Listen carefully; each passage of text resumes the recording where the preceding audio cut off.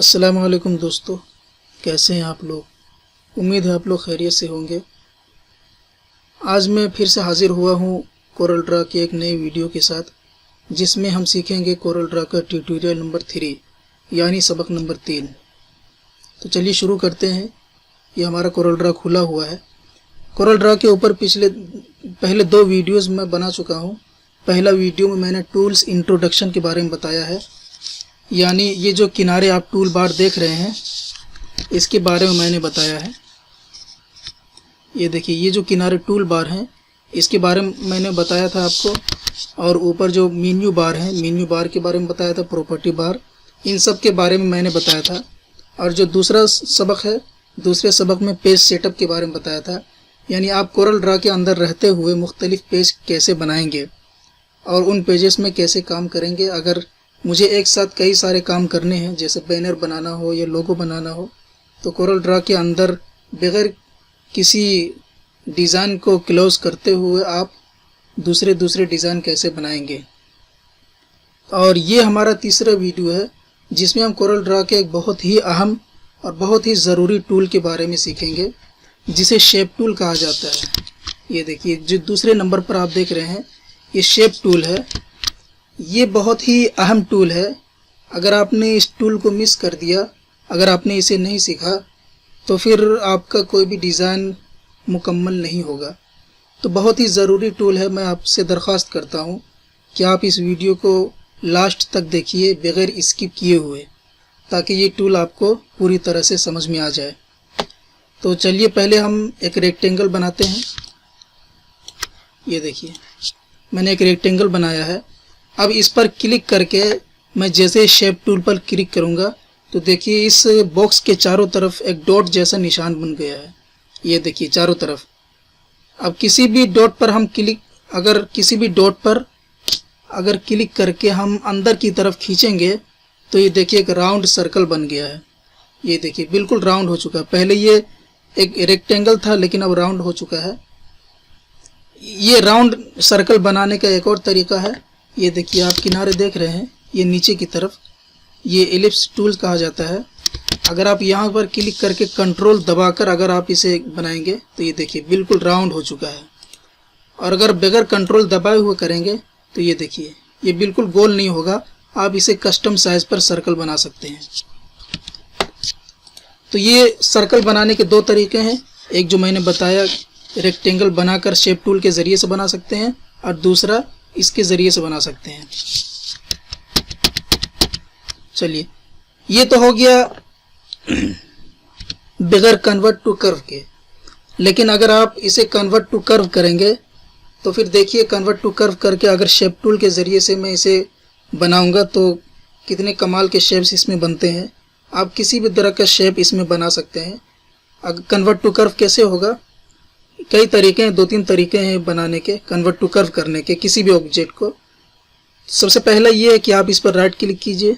Right click जब करेंगे तो ऊपर की तरफ ये देखिए कन्वर्ट टू कर्व लिखा हुआ है, आप यहाँ पर क्लिक करके कर सकते हैं। और दूसरा ये देखिए ऊपर प्रॉपर्टी बार में आपको नज़र आ जाएगा, ये देखिए कन्वर्ट टू कर्व, एक यहाँ से भी आप कर सकते हैं। और तीसरा ऑब्जेक्ट में जाइए। ऑब्जेक्ट में जब आप जाएंगे तो नीचे की तरफ ये देखिए कन्वर्ट टू कर्व लिखा हुआ है ये। और चौथा तरीका है कि आप इसे कीबोर्ड से कर सकते हैं, शॉर्टकट के ज़रिए से। Ctrl+Q अगर आप दबाएंगे तो ये कन्वर्ट टू कर्व हो चुका है। मैंने इसे कर दिया है।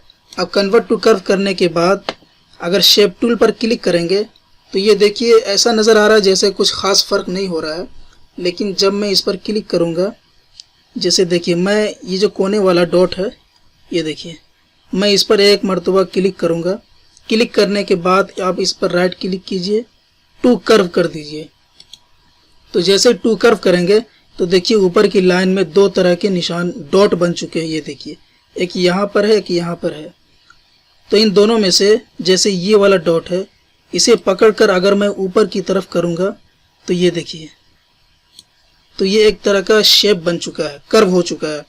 और ये जो बगल वाला है, अगर मैं इसके हैंडल को पकड़कर नीचे की तरफ करूँगा तो ये देखिए ये नीचे की तरफ कर्व हो चुका है।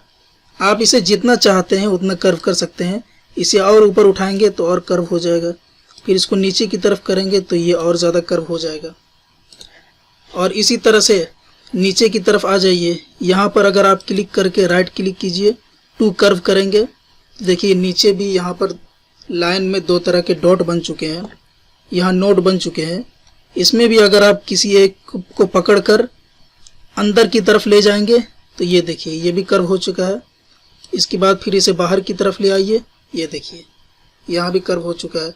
आप जितना चाहें इसे कर्व कर सकते हैं, ये देखिए। तो आप इस तरह से अपने डिज़ाइन को, अपने शेप को आप जैसा भी चाहें उस वैसी शक्ल आप दे सकते हैं। ये देखिए कैसा कर्व मेरे सामने बन चुका है। ये तो हो गया रेक्टेंगल के बारे में, लेकिन अगर आप किसी लाइन को कर्व करना चाहते हैं, जैसे देखिए मैं एक लाइन यहाँ से बना लेता हूँ, ये देखिए एक लाइन बन चुका है। अब आप अगर इस लाइन को कर्व करना चाहते हैं तो इस पर क्लिक रहने दीजिए और इसे भी आप कन्वर्ट टू कर्व कर दीजिए। ये कन्वर्ट टू कर्व पहले से है। अब इसको शेप टूल पर क्लिक कीजिए। शेप टूल पर जैसे ही क्लिक करेंगे इस तरह का नज़र आ जाएगा। उसके बाद बिल्कुल बीच में आप एक मरतबा क्लिक कीजिए और यहाँ से टू कर्व कर दीजिए। अब जैसे ही टू कर्व करेंगे तो देखिए यहाँ भी दो तरह के नोड बन चुके हैं। आप किसी एक को पकड़कर अगर आप ऊपर नीचे की तरफ लाएंगे तो ये नीचे की तरफ कर्व हो जाएगा, ऊपर की तरफ ले जाएंगे तो ये ऊपर की तरफ देखिए कर्व हो चुका है। तो आप इस तरह से किसी भी लाइन को या किसी भी बॉक्स को अपना कस्टम शेप दे सकते हैं और अपनी डिज़ाइन में उसे इस्तेमाल कर सकते हैं। आपने देखा होगा बिजनेस कार्ड में या बैनर्स वगैरह में इस तरह के कर्व इस तरह से बने हुए रहते हैं, तो ये सब शेप टूल के ज़रिए ही बनाए जाते हैं। अब देखिए इसी के नीचे एक और टूल है। ये कई सारे हैं लेकिन ये सब उतने काम के नहीं हैं, उतनी ज़रूरत नहीं पड़ती इन सब चीज़ों की। इसमें एक टूल के बारे में आपको बता रहा हूँ। ये देखिए ये तीसरे नंबर पर जो है मेयर लिखा हुआ है। अगर आप इस पर क्लिक, सबसे पहले देखिए मैं यहाँ एक और रेक्टेंगल बना लेता हूँ। ये इसे क्लिक करने के बाद आप यहाँ जाइए और यहाँ पर क्लिक करिए। जब क्लिक करेंगे तो इस तरह से सर्कल का निशान आपके कर्सर पे आ जाएगा। इसमें आप क्या कर सकते हैं, अब आप कहीं पर भी पकड़कर ऊपर की तरफ खींचिए, ये देखिए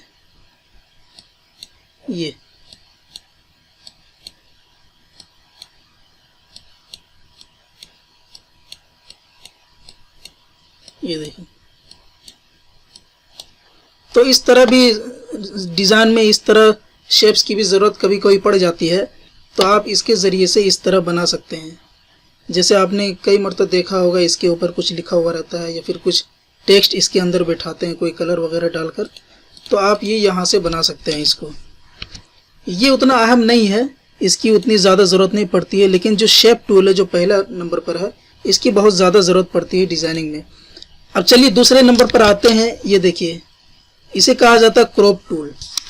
आप इस क्रॉप टूल के नाम से तो समझ ही गए होंगे कि इसका क्या काम है। किसी भी ऑब्जेक्ट को, आप किसी भी टेक्स्ट को या ऑब्जेक्ट को अगर आपको क्रॉप करना है, उस हिस्से से आपको निकालना है क्रॉप करके, तो आप इसका इस्तेमाल कर सकते हैं।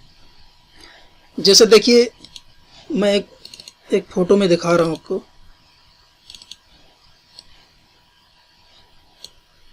ये देखिए ये जो मेरा फ़ोटो है, मैं चाहता हूँ कि इसके अंदर ये जो लोगो है इस लोगो को बाहर निकालूँ, तो इसके लिए आप क्रॉप टूल का इस्तेमाल कर सकते हैं। आप यहाँ पर क्लिक कीजिए।